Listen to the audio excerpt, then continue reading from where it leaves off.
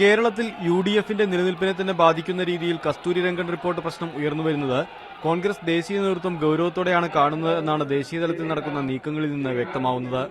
കർഷകരുടെ പ്രതിഷേധം കുറയ്ക്കാവുന്ന രീതിയിൽ എന്തെങ്കിലും നടപടികൾ ഉടൻ എടുക്കാനാണ് കോൺഗ്രസ് നേതൃത്വത്തിന്റെ തീരുമാനം. ഇക്കാര്യത്തിൽ പെട്ടെന്ന് തീരുമാനം ഉണ്ടാവണമെന്ന് വനം പരിസ്ഥിതി മന്ത്രി വീരപ്പ മൊയ്ലിക്ക് നിർദ്ദേശവും നൽകിയിട്ടുണ്ട്. കോൺഗ്രസിനെതിരെ പ്രതിഷേധം ഉയരാതിരിക്കുകയും കേരള കോൺഗ്രസിനെ യുഡിഎഫിൽ തുടരാനുള്ള സാഹചര്യം ഉണ്ടാക്കുകയും ചെയ്യുന്ന രീതിയിലുള്ള എന്തെങ്കിലും നടപടിയാണ് മൊയ്ലിയിൽ നിന്ന് കോൺഗ്രസ് നേതൃത്വം ആവശ്യപ്പെടുന്നത്. ഈ വിഷയം ഉയർത്തി ഇടതുമുന്നണി രാഷ്ട്രീയ നേട്ടമുണ്ടാക്കുമെന്ന ഭയം കോൺഗ്രസിനുണ്ട്.